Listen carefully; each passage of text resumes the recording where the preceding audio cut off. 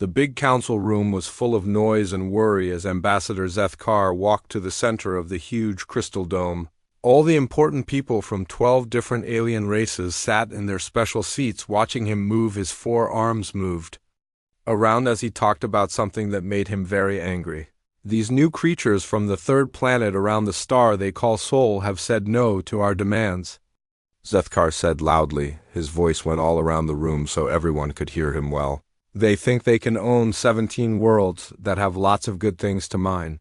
These worlds should belong to us, the Vorthan Empire. The room got quiet for a moment. Everyone was thinking about what he just said. Some of the aliens looked scared while others just watched and waited to see what would happen next. Elder Counselor Marathon was different from the others. She was made of bright energy that moved around inside a special field that kept her together. She started to glow brighter, which meant she was worried about something important. Ambassador, maybe you should think about this again, she said in a voice that sounded like music. The old records that we keep safe have stories about a race that sounds just like these humans. The warnings in those records are very scary. Captain Jake Morrison sat in the part of the room where the humans were allowed to sit. He was older and had marks on his face from many years of hard work. His face did not show any feelings at all while he listened to what everyone was saying.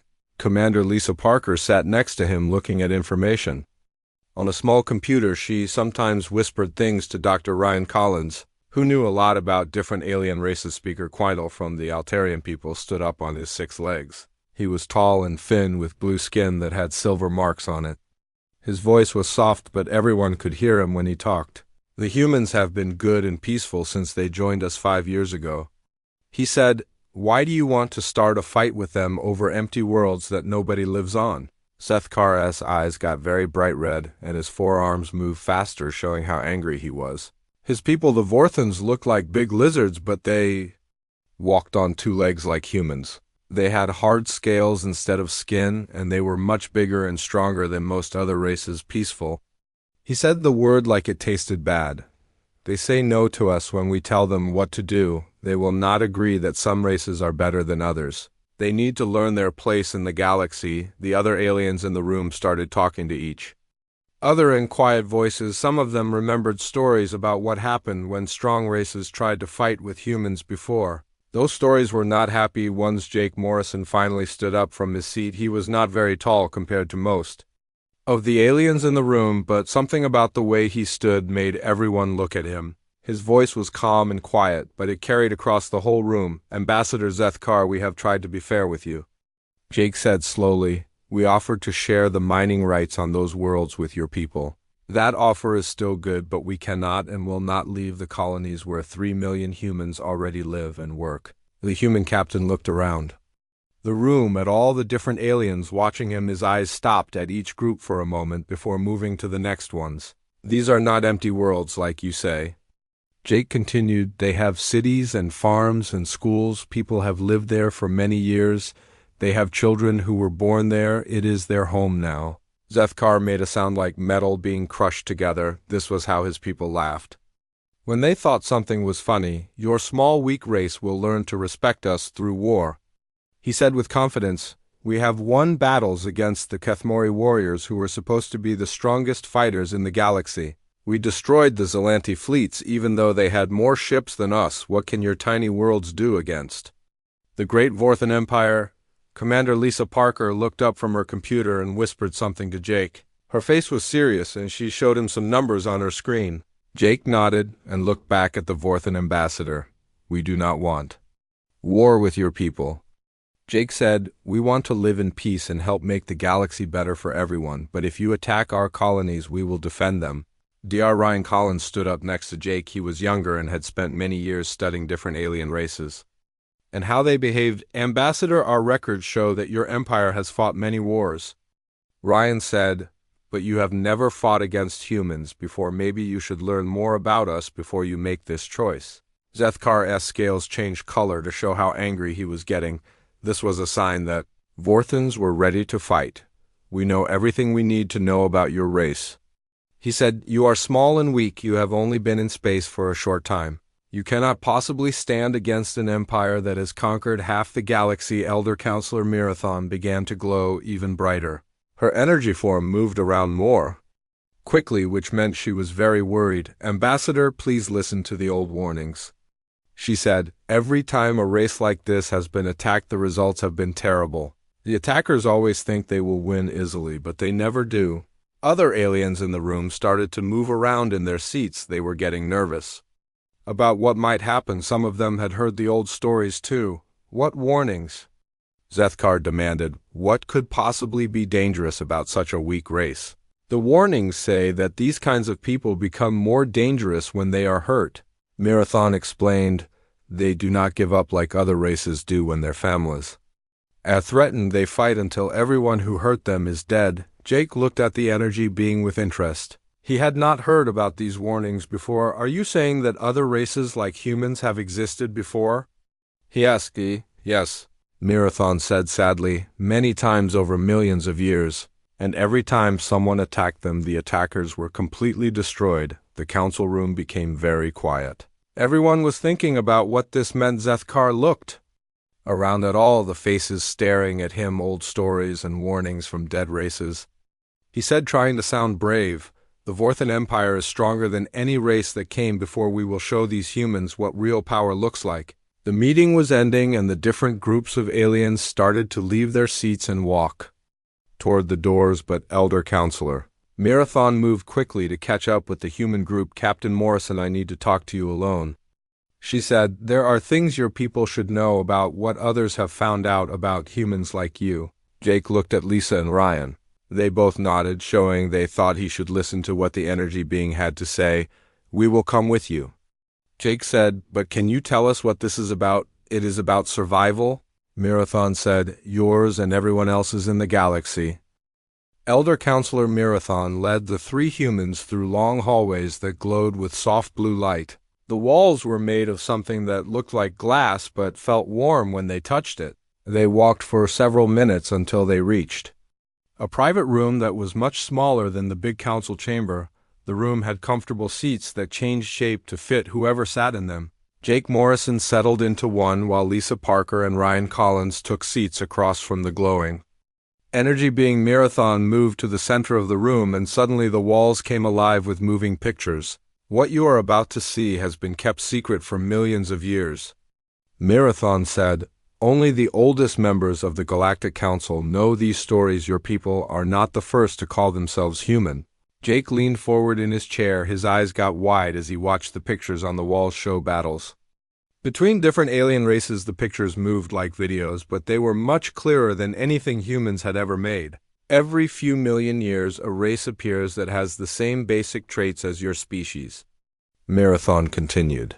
"They might look different on the outside, but inside they think and act exactly like you do." The Kethvari called them the persistence hunters. The Morlaki knew them as the adaptive ones. The Zinthari met them as the stubborn warriors. Ryan Collins took out a small device to record what they were seeing, but Marathon stopped him with a wave of her energy. "No recordings," she said. "This information is too dangerous to spread around. Most races would panic if they knew what humans are really capable of." Lisa Parker watched the wall pictures show a race that looked like big cats walking on two legs. They were fighting against huge spider-like creatures. The cat people seemed smaller and weaker, but they kept fighting even when they were badly hurt. "What happened to all these other human-like races?" Lisa asked. "They won every war they fought," Marathon said. "They conquered everything they touched, and then they disappeared. Not through being destroyed, but through growing beyond what they were. Some became pure energy like me, others moved to different dimensions, but before they left, they always left warnings." The pictures changed to show stone monuments covered with writing. Jake could not read the strange letters, but somehow he understood what they meant. The warnings all said the same basic things. "What kind of warnings?" Jake asked. Marathon's energy form pulsed with what looked like fear. "The warnings are very simple, but very important. Never corner a human-type race, never threaten their families, never think you are stronger than them just because you are bigger. And most important, never assume you have won until every single one of them is dead." The wall pictures now showed a race that looked almost exactly like humans, except they had green skin and 4 arms. They were fighting against huge metal robots. that shot laser beams. The green humans were losing badly, but they kept fighting anyway. When one got hurt, the others fought even harder. These look just like us. Ryan said in amazement, "How is that possible? The universe has patterns." Marathon explained, "Every so often it creates a race with certain traits. Your physical appearance might be different, but your behavior is identical. You form family groups. You protect your young, even if it means you will die. You have something that most races do not have." "What is that?" Jake asked. "You become more dangerous when you are hurt or outnumbered. Most species have instincts that tell them to run away when a fight looks hopeless. Humans seem to have the opposite instinct. When things look worse, you fight the hardest." Lisa looked at the battles on the walls. She saw the pattern now. Every time the human-like race was losing badly, they would suddenly become much more fierce and aggressive. They would do things that seemed impossible, like fighting even when they were badly wounded. "This explains why the other aliens have been so careful around us," she said. "They have seen this before." "Yes," Marathon agreed. "The older races remember the stories.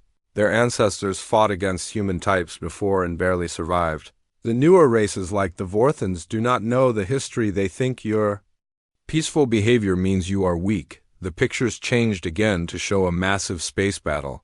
Thousands of ships were fighting around a planet that was on fire. One side had ships that looked like they were built by humans, while the other side had strange triangular vessels. This was the last time a major empire attacked a human-type race.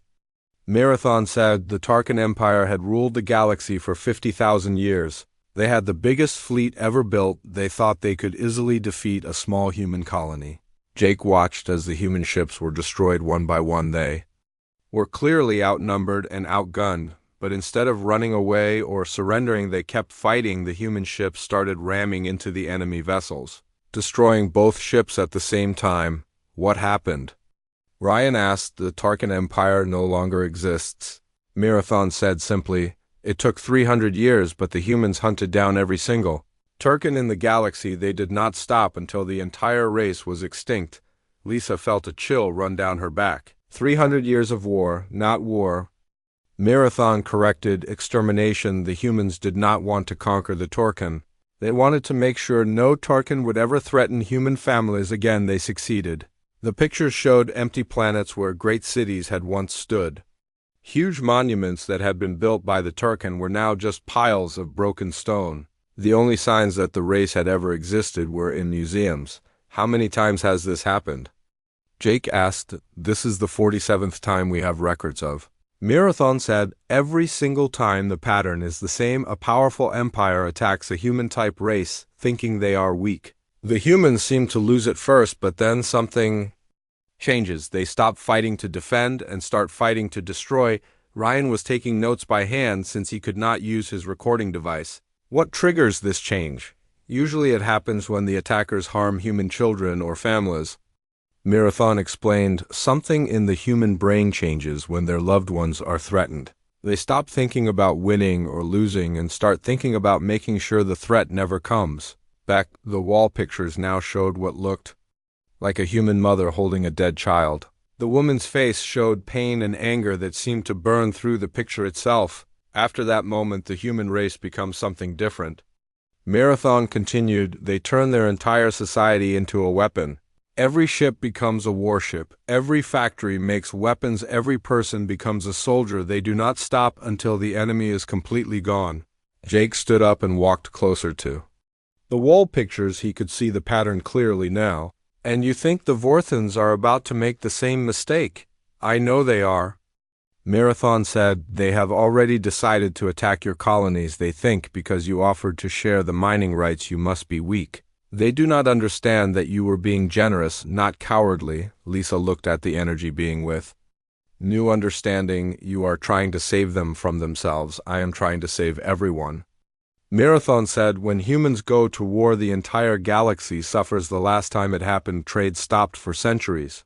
Whole star systems were abandoned because they were too close to the fighting." The pictures on the walls faded away and the room returned to normal lighting. Jake sat back down in his chair and looked at his two companions. "We need to warn Earth about this," he said. "If the Vorthans attack, they need to know what might happen. Will your leaders listen? Marathon asked. Ryan nodded. They will listen, but I am not sure they will believe it. Then I will come with you. Marathon said, I will show them.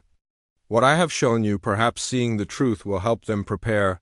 Prepare for what? Lisa asked. For the moment when humanity stops being peaceful and becomes something the galaxy has learned to fear. Marathon said, I just hope we can find a way to prevent it from happening again. 2 months had passed since the meeting with Elder Counselor. Marathon Admiral Susan Blake stood on the bridge of the UES, defiant, watching her computer screens with growing worry. The peaceful morning on New Haven Colony was about to become something terrible. Admiral, we have movement in deep space, called out Lieutenant Commander Nick Torres from his position at the sensor controls. Multiple ships coming out of hyperspace at the edge of our system. Blake moved closer to the main viewing screen. The colony world of New Haven floated below them, looking beautiful, and peaceful farms covered most of the land with small cities scattered between them. 400,000 people lived down there, most of them families who had left Earth to find a better life. How many ships, Nick? Blake asked, keeping her voice calm even though her heart was beating faster. Still counting, Admiral, but it looks like a lot of them. The computers are showing at least 200 vessels, and they are all Vorthan designed. Blake closed her eyes for a moment and took a deep breath. She had hoped the warnings from Marathon would make the Vorthans change their minds, but it seemed they were determined to start this fight. What do we have to defend the colony? She asked. Nick checked his screens again. 14 ships in our fleet, Admiral. The Colonial Defense Force has 8 more ships, but they are smaller and older. Blake nodded and looked around at her crew. They were good people who had signed up to protect human colonies, not to fight impossible battles, but sometimes that was what the job required. Signal all ships, she said. Form defensive pattern Charlie and prepare for battle. All civilian ships are to begin evacuation procedures immediately. Communications Officer Rachel Stone looked up from her station. Admiral, I have an incoming transmission from the Vorthan flagship. The signal is very strong, so their ship must be huge. Put it on the main screen, Rachel. The image of Ambassador Zethkar appeared on the big screen. His 4 arms were spread wide, and his scales were the bright red color that meant Vorthans were ready for war. His voice was loud and full of confidence. Human fleet, you are badly outnumbered, and your ships are too small to fight us. He said, surrender now, and we will allow your people to leave this world alive. Resist us, and we will show you why every race in the galaxy fears the Vorthan Empire. Blake stepped forward so the alien could see her clearly. She was not a tall woman, but her eyes were hard and determined. Ambassador, you are attacking a peaceful colony, she said. These people are farmers and teachers and shopkeepers. They have children who were born here. This is their home, and they have done nothing to hurt your empire. Zethkar made the metal grinding sound that was Vorthan laughter. They exist in space that belongs to us human. That is reason enough for us to take it. The transmission ended, and Blake turned back to her crew. She could see the worry in their faces, but also the determination. They all knew what they had to do. All hands, this is Admiral Blake, she announced over the ship communication system. The Vorthans have given us a choice between surrender and death. As long as there are civilians on that planet below us, we choose to fight. Down on New Haven, Dr. Alan Mitchell was running through the main colony administration building, trying to coordinate the evacuation. Alarms were ringing, and people were rushing around trying to get their families to the spaceports. How much time do we need? He called to his assistant, Mary Chun, who was working at a computer terminal. At least 6 hours to get everyone off the planet. Mary replied, the evacuation ships can only hold so many people at once, and we have to make multiple trips. Dr. Mitchell activated his communication device to contact Admiral Blake. Admiral, this is Dr. Mitchell. We need more time. The evacuation cannot be completed in less than 6 hours. Blake's voice came back immediately. You will have the time, Doctor, I promise. The first Vorthan attack came without any more warnings. Huge energy beams shot out from the alien fleet and struck the orbital defense platforms. The human-made structures exploded in bright flashes of light, and metal defense platforms are gone. Nick reported enemy fleet is moving into attack formation. Blake watched as the massive Vorthan ships approached. They were much larger than human vessels, and their weapons were clearly more powerful. But size was not everything in space combat. All ships attack pattern Delta. Blake ordered, "Stay close to the planet and make them come to us. Use the gravity well to help with maneuvering." The human ships were smaller and faster than the Vorthan vessels. They darted between the enemy ships like small fish swimming around. Sharks, their weapons were not as powerful, but they could fire more quickly and change direction faster. Captain Kelly Wright commanded the destroyer. UES Relentless. She had been Blake's friend for many years, and they had served together in the Colonial Defense Force. Her ship took a direct hit from a Vorthan heavy cruiser, and half her crew was killed. Instantly, "Captain, the main engine is gone and we are losing atmosphere." Her first officer reported, "We should evacuate the ship." Kelly looked at her damaged bridge and the bodies of her crew members. She thought about the families on the planet below and the children who were depending on them. "No," she said firmly. "Signal the engine room. Tell them to overload the reactor. We are going to ram the Vorthan ship." "Captain, that will kill everyone left on board." "I know," Kelly said, "but it will also take out their cruiser and maybe save some lives down on the planet." The UES Relentless turned toward the Vorthan heavy cruiser with its engines at maximum power. The alien ship tried to move away, but it was too big. And slow, the human destroyer smashed into the side of the cruiser and both ships exploded in a ball of fire. "And Light, the Relentless is gone?" Nick reported with tears in his eyes. But Captain Wright took 2 Vorthan ships with her. Blake felt the loss of her friend like a knife in her heart, but she could not stop to grieve now. There were still more enemy ships, and the evacuation was not complete. "Signal all remaining ships," she ordered. "Every minute we hold them here saves 1,000 lives on the planet. Make every shot count." The battle continued for hours. Human ships fought with a desperate courage that surprised the Vorthans. When a ship was damaged badly, instead of retreating, they would try to ram enemy vessels. Crews stayed at their posts even when their ships were falling apart around them. Lieutenant Commander Tony Garcia was the weapons officer on Blake's ship. He had been wounded when a Vorthan blast damaged the bridge, but he refused to leave his station. "Admiral, we are down to our last missiles," he reported, "but the evacuation ships are still loading civilians." Blake looked at the tactical display. Only 3 human ships were still fighting. The Vorthan fleet had lost several vessels, but they still had more than enough firepower to destroy what was left of the human defense. "How many people are still on the planet?"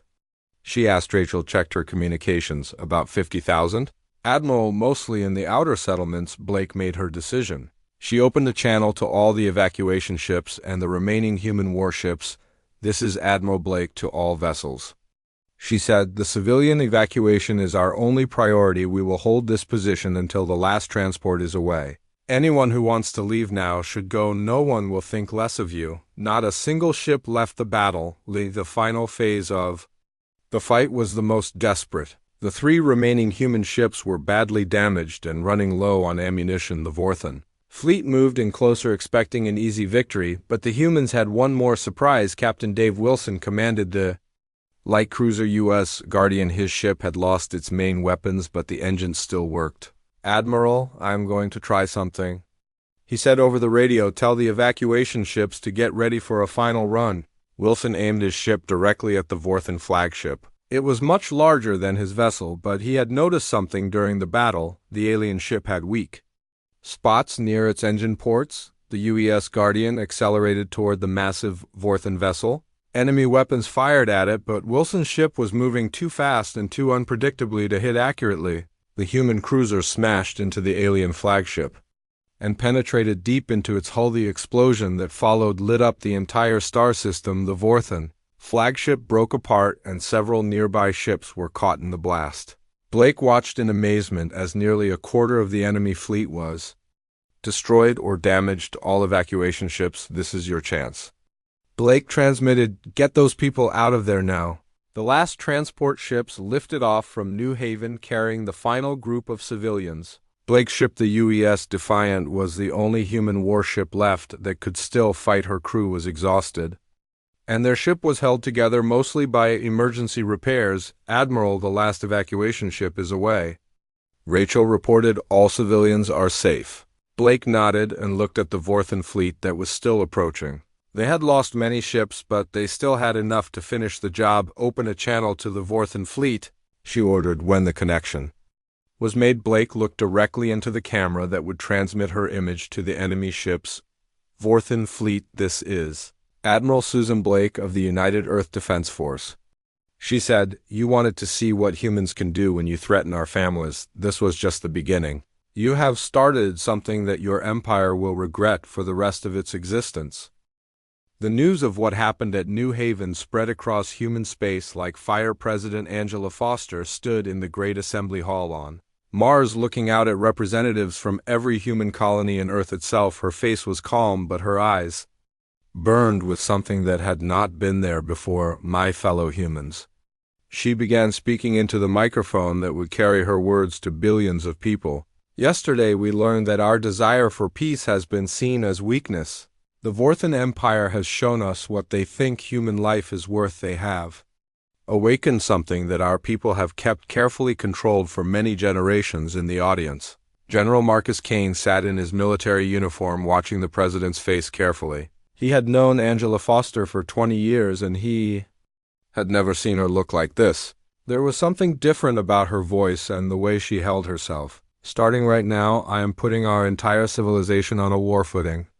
The president continued, "Every person who can serve in our military is called to duty. Every factory and shipyard will start making weapons and warships. Every colony will become a fortress. And to the Vorthen Empire I say this: you have no idea what you have started. Across human space, the change happened faster than anyone thought possible. The peaceful farming colonies that had been growing food suddenly started building weapons factories. The passenger ships that carried families between worlds were being converted into warships. The mining operations that had been digging for metals to build homes now focused on materials for military equipment. Commander Ben Carter worked at the Titan shipyards near Saturn. He watched in amazement as construction bays that had been building civilian vessels were quickly changed to military production. His supervisor, Janet Morris, came to talk to him while he was reviewing the new building plans. "How many ships are we supposed to build?" Ben asked, looking at the numbers on his computer screen. "The orders say 5,000 ships in the first year." Janet replied, "But the new projections show we might be able to make 20,000 ships in the second year, if we convert everything we have." Ben looked around at the massive construction area. "We are turning everything into weapons. Cargo ships are becoming missile platforms. Passenger liners are being made into troop carriers. Even the old mining vessels are getting guns mounted on them on Earth, deep underground in research facilities that most people did not know existed." Dr. Amanda Ross was leading a team of scientists working on projects that would have horrified them just months before the government had given them unlimited money and told them to find ways to make human soldiers more effective in combat. The psychological warfare department wants to know if we can make humans more aggressive through medical treatment, she told her team during their daily meeting. Dr. Steve Mason looked uncomfortable with the question. "We can do it, Dr. Ross. The tests show that treated humans become almost unstoppable in battle, but they also lose much of what makes them human." "The president's orders are clear," Amanda replied. "We do whatever it takes to protect human space. Our children's lives depend on it." Meanwhile, in the Vorthen Empire, intelligence officers were starting to worry about what their spy networks were reporting. General Korthak stood in the war room looking at pictures and data that his agents had sent from human territory. "Their fleet size has grown by 400% in just 3 months. He reported to Emperor Zethvis. "They are converting every ship they have into a weapon of some kind." The Emperor's forearms moved in a gesture that showed he was not worried. "Let them build all the ships they want. We have destroyed races that had fleets 10 times larger than anything they can build." "Yes, my lord, but there is something else that concerns me," Korthik said. "Our psychological studies of captured humans show very unusual readings. They do not seem to fear death the way other species do. When they face impossible odds, they seem to become more aggressive instead of less aggressive." The Emperor's 4 eyes focused on his general. "Explain what you mean." "We captured a human cargo ship crew after a small battle," Korthik said. "Under questioning, they showed no fear of being killed. Instead, they seemed to become more determined to harm us.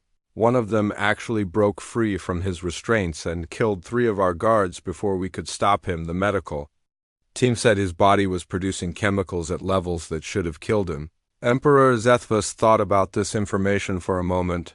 Interesting, but not important. Fanaticism cannot overcome superior weapons and numbers, but in the deepest files of Vorthan intelligence there were reports that told a different story. Ancient records that were similar to the ones kept by the Galactic Council contained warnings about species that behaved like humans. The warnings were very clear: do not start long wars with pack-bonding species that practice persistence hunting. The reports described what had happened to the Kethvari Empire after they had attacked a human-type species colony world. The survivors had spent 3 generations hunting down every Kethvari in the galaxy until none were left alive. Back in human space, the transformation continued at an incredible pace.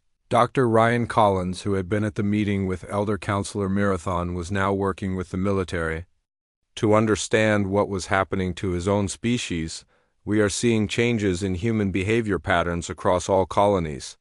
He reported to General Kane, aggression levels are up, crime rates are down. People are working together in ways we have never seen before. It is like the entire species has decided that survival is more important than anything else. General Kane nodded. The president authorized the use of psychological enhancement treatments for military personnel. Are you seeing results from those? The results are better than we hoped, Ryan said, but they are also scary. Treated soldiers show no fear of death and will fight until they are physically unable to continue. They also become extremely protective of other humans, especially children, on the colony world of New Terra. Factory worker Lisa Rodriguez was training with a military rifle during her lunch break 6 months ago. She had been making farming equipment. Now she was building missile guidance systems and learning how to fight. Why are we all doing this?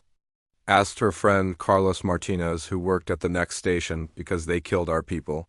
Lisa replied, because they think we are weak. Because they need to learn that you do not hurt human families. The change was not just about weapons and ships. Human society itself was becoming something different. Families that had never owned weapons were now teaching their children how to shoot. Schools that had focused on art and literature were now including military training in their daily schedules. President Foster met with her advisors every day to review the progress of what they were calling the human war machine. General Kane showed her reports about fleet construction while Dr. Ross updated her on the enhancement programs. How long before we are ready to strike back? The president asked. The fleet will be ready in 6 months. Kane replied, we will have enough ships to overwhelm any Vorthan force. But the real question is whether we should wait that long. What do you mean? General intelligence reports show that the Vorthans are planning more attacks on our colonies. They think their victory at New Haven proves we are weak. They do not understand that they have only made us angry. Dr. Ross looked up from her medical reports.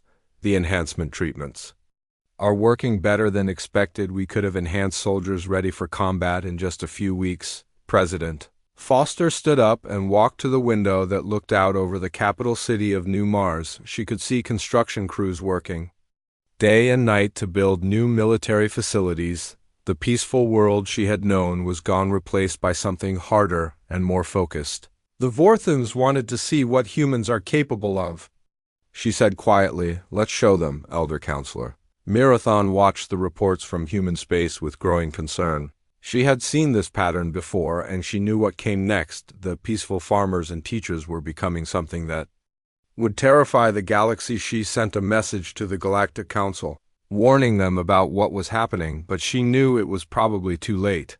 The human war machine was awakening, and once it started moving, it would not stop until every threat to human families was eliminated. The galaxy was about to learn why the ancient warnings said never fight humans.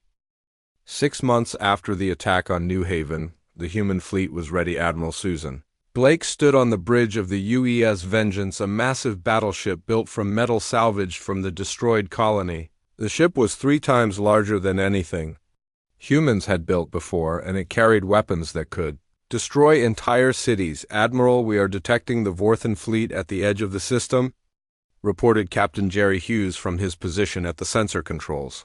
They have the same formation as before, 200 ships with their flagship in the center. Blake smiled, but it was not a happy smile. It was the expression of someone who had been waiting a long time for revenge. She looked around at her crew, who were all wearing the new enhanced uniforms that made them stronger and faster. "How many ships do we have, Captain Hughes?" 800 ships, Admiral. All weapons are charged, and all crews are ready for battle. The human fleet had grown beyond anything the galaxy had ever seen before. The ships were not just larger and more powerful, they were crewed by humans who had been changed by medical treatments that made them perfect soldiers. They felt no fear, and they would fight until their hearts stopped beating. Colonel Kate Robinson stood in the main hangar bay preparing her Marine troops for boarding operations. These were not the same kind of Marines that had existed before the war. They were enhanced humans who could survive in space without suits and fight for hours without getting tired. "Listen up, Marines," she called out to the hundreds of soldiers standing in perfect rows. "We are not here to capture enemy ships. We are not here to take prisoners. We are here to make sure that no alien race ever attacks human families again." The Marines all nodded. In understanding, they had all volunteered for the enhancement treatments, knowing they would never be completely human again, but they had also seen the pictures from New Haven, and they knew what needed to be done. The battle began with a massive bombardment from the human fleet. The new weapons were based on technology that Dr. Amanda Ross and her team had developed in their underground laboratories. Energy beams that could cut through any armor and missiles that could track their targets across vast distances. Admiral Korthek of the Vorthan fleet watched in shock as his ships began exploding around him. The humans were not fighting the same way they had at New Haven. These ships moved with perfect coordination, and their weapons were devastatingly effective. "How are they doing this?" he demanded from his crew. "Their technology was inferior to ours just 6 months ago, Admiral. Their fleet composition is completely different." His sensor officer reported, "These are not converted civilian ships. These are purpose-built warships, and they appear to be much more advanced than our intelligence reports indicated." On the human flagship, Blake watched the tactical display with satisfaction.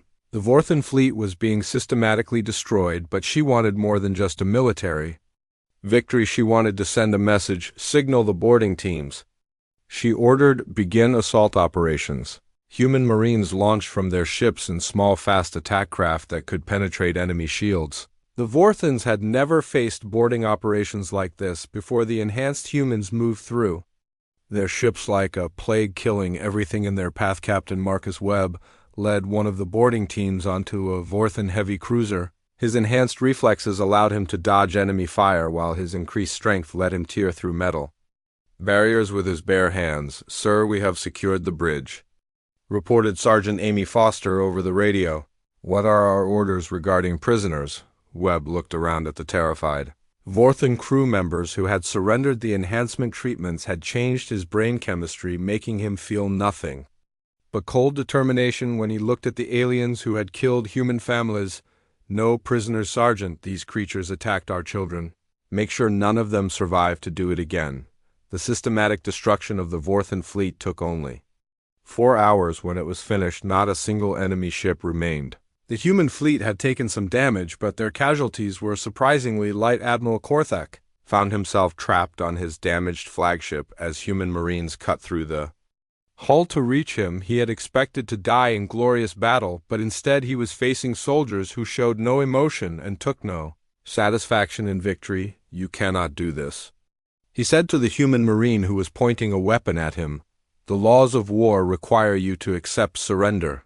The Marine looked at him with eyes that seemed completely empty of mercy. "You forfeited any right to mercy when you attacked New Haven." Blake received reports from all her ship commanders as the last Vorthan vessel was destroyed. The victory was complete, but she knew this was only the beginning. "Signal the fleet," she ordered. "Set course for the Vorthan home system. It is time to finish what they started." Meanwhile, in Vorthan Space Emperor, Zethvus was receiving reports that made no sense to him. A fleet that should have easily destroyed the human vessels had been completely annihilated with no survivors. "How is this possible?" he demanded from his military advisors. "Our intelligence said they only had a few dozen ships." General Korthek's replacement tried to explain what little they knew. "My lord, it appears that human military capability has increased exponentially. Since our last encounter, their ships are larger, more powerful, and crewed by soldiers, who seem to feel no fear of death. Then we will send a larger fleet. The Emperor declared, "Gather every ship in the Empire. We will show these humans what real power looks like. Sir, we have tried to contact other fleets for reinforcement, but many of our commanders are requesting permission to retreat from human space. They say our soldiers are reporting strange behavior from human prisoners." What kind of strange behavior? The few humans we have captured do not respond to interrogation, torture, or threats. Instead, they seem to become more determined to kill us. Even when they are restrained and wounded, they continue trying to attack our guards. The Emperor was beginning to understand that something had changed about the humans, but he still believed that superior numbers would win the war back.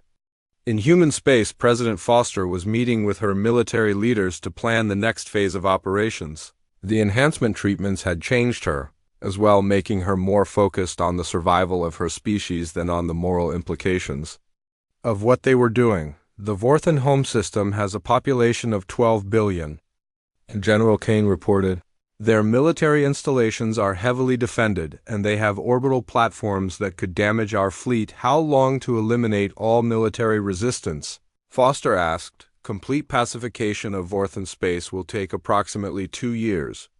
Kane replied, "But we estimate that their ability to threaten human colonies will be eliminated within 6 months. Dr. Ross spoke up from her position at the table. "The enhanced soldiers are performing beyond all expectations. Casualty rates are down 90% from normal human troops, and combat effectiveness is up by several 100%. Any side effects from the treatments? The enhanced personnel showed decreased empathy toward non-humans and increased aggression when human lives are threatened, but they remain completely loyal to human authority and show normal emotional responses to other humans." Foster nodded. "Continue the enhancement program. We need to be ready for whatever comes after the Vorthan's elder counselor." Marathon watched the reports from the battle with growing dread. She had seen this pattern 47 times before, and she knew what came next. The humans would not stop with defeating the Vorthan military. They would hunt down every Vorthan in the galaxy until the entire species was extinct. She sent emergency communications to every member of the Galactic Council, warning them about what was happening. But she knew that most species would not understand until it was too late. The human war machine was fully awake now, and it would not rest until every threat to human families was eliminated. The Vorthans had wanted to see what humans were capable of, and now they were about to learn why the galaxy had warned them not to fight humans. The ancient pattern was repeating once again, and the galaxy would remember this lesson for millions of years to come. The Vorthan home system had never been attacked in its 10,000-year history. The massive defense platforms and fleet bases were built to stop invasions, not to prevent the complete destruction of their civilization. Emperor Zethvus stood in his palace looking out at the capital city when the human fleet appeared in the sky above. "How many ships?" he asked his aide, who was shaking with fear. "Our sensors count 2,000 vessels, my lord." The aide replied, "They are all different sizes and types. Some look like they were civilian ships that have been converted for war." The Emperor's communication device activated, and a human voice spoke in perfect Vorthan language. President Foster appeared on the screen, looking directly at him with eyes that showed no emotion. "Emperor Zethvus, this is President Foster of the United Earth Alliance," she said calmly. "You have 30 minutes to remove all civilians from your military installations. After that, we will show you why the galaxy warned you not to fight humans." The Emperor stared at the screen in confusion. "They are offering to spare civilians after what we did to theirs." General Kane appeared next to the President on the communication. "We are not like you, Emperor. We do not make war on children and families. But we will destroy every military asset in your empire, every ship, every base, every weapon, and we will do it world by world until there are no Vorthans left who remember how to make war." The battle for the Vorthan homeworld began exactly 30 minutes later. The humans did not attack cities or civilian areas. Instead, they systematically destroyed every military target with surgical precision. Their weapons were so advanced that they could destroy a military base without harming the hospital next to it. Admiral Blake personally commanded the assault on The Imperial fleet she had been changed by months of enhancement treatments and combat experience. Her ship, the UES Vengeance, led the attack against the largest Vorthan vessels. All ships remember your orders. She broadcast to the human fleet, "We are not here to conquer. We are here to make sure this never happens again." The Vorthan defenders fought bravely, but they were facing an enemy that had evolved beyond their understanding. Human ships worked together like parts of a single organism. When one vessel was damaged, 3 others would immediately move to protect it. When a target was identified, every ship in range would coordinate there. Fire Captain Linda Torres commanded a squadron of destroyers that had been converted from cargo haulers. Her ships moved through the Vorthan fleet like sharks hunting in deep water. They targeted engine systems and weapon arrays, leaving enemy ships helpless but not destroyed. "Why are they not finishing us?" Asked a Vorthan captain whose ship had been disabled. "Because dead enemies cannot spread warnings." Torres replied over the communication channel, "You will live to tell other species what happens when you attack human families." The fighting lasted 18 hours. When it ended, the Vorthan Empire's military capacity had been completely eliminated. Every warship was destroyed or disabled. Every orbital platform was wreckage. Every military base was a smoking ruin, but the civilian population was unharmed. Emperor Zethlas was brought aboard the UES Vengeance as a prisoner. He expected to be tortured or executed, but instead he was taken to a comfortable room where President Foster was waiting for him. "You have destroyed everything we built over 10,000 years?" he said with anger and defeat in his voice. Foster nodded calmly. "Yes, and we will do it again to any species that threatens human civilians. But we are not your conquerors, Emperor. We are your teachers." "What do you mean?" "You can rebuild your empire," Foster explained. "You can have ships and factories and colonies again, but you will rebuild it as a peaceful civilization. If we detect any attempt to develop weapons of war, we will return and finish what we started." The Emperor looked at the human leader with growing understanding. "You are not staying to rule us. We never wanted to rule anyone. We just wanted you to leave us alone." Over the next 2 years, the human fleet visited every Vorthan colony and outpost. The pattern was always the same. They would arrive, give civilians time to evacuate military areas, then systematically destroy every weapon and warship. When they left, they would establish monitoring stations to watch for any signs of military rebuilding. General Marcus Kane led the final assault on the Vorthan Military Academy on their core world. He had chosen this target personally because it represented everything that had led to the war. This is where they taught their officers that other species were inferior.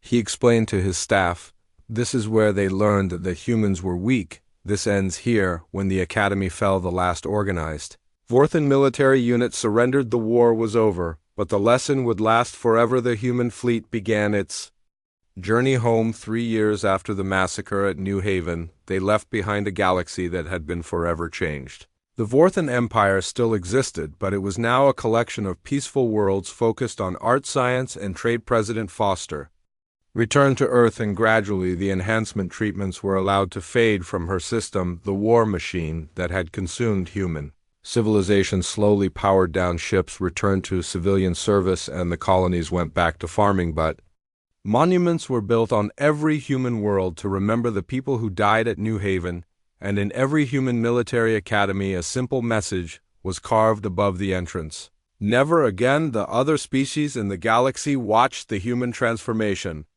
With amazement and fear, they had seen a peaceful race become the most dangerous military force in galactic history, and then voluntarily return to their farms and families. Elder Counselor Marathon updated the Galactic Council archives with a new entry: species designation, human soul system variant, threat level, complete extinction of aggressor species. If civilians are harmed, recommendation: maintain peaceful relations at all costs.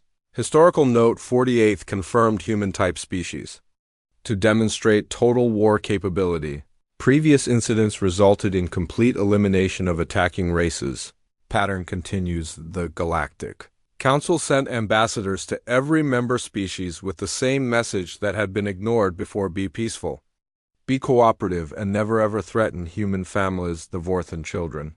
who grew up after the war learned about the human conflict in their schools, but not as a story of defeat. Instead, they learned it as a lesson about what happens when peaceful species are pushed beyond their limits. Emperor Zethvus lived for many more years and became an advocate for peace throughout the galaxy. He would often tell visiting dignitaries about his meeting with President Foster and the lesson he had learned. They could have destroyed us completely. He would say they had the power to eliminate every Vorthan in the galaxy, but instead they chose to teach us. We exist today because they showed mercy to an enemy that had shown none to them. In the deepest archives of every major civilization, the warning remained clear and unchanged. Never fight humans. They do not want to conquer the galaxy. They want to raise their families in peace, but if you threaten those families, they will hunt you across the stars until your species is nothing but a memory in history books. The galaxy remembered, the galaxy learned, and the galaxy made sure that every new species that joined the community understood the most important rule of galactic civilization. Leave the humans alone. Years passed, and human colonies continued to grow. Children played in fields where battleships had once been built. Farmers returned to growing food instead of making weapons. Teachers went back to teaching art and literature instead of military tactics, but in every human home there was a small memorial to the people who died at New Haven. And parents would tell their children the story of what happened when someone threatened their family. The galaxy had peace because everyone understood that the price of breaking that peace was too high to pay. Humans had proven that the most dangerous predators are often those who appear peaceful until you threaten what they love. And in the cold depths of space, the monitoring stations continued their watchmaking, sure that no species would ever again make the mistake of thinking that human kindness was the same as human weakness. The ancient warnings had been proven true once again. Don't fight humans.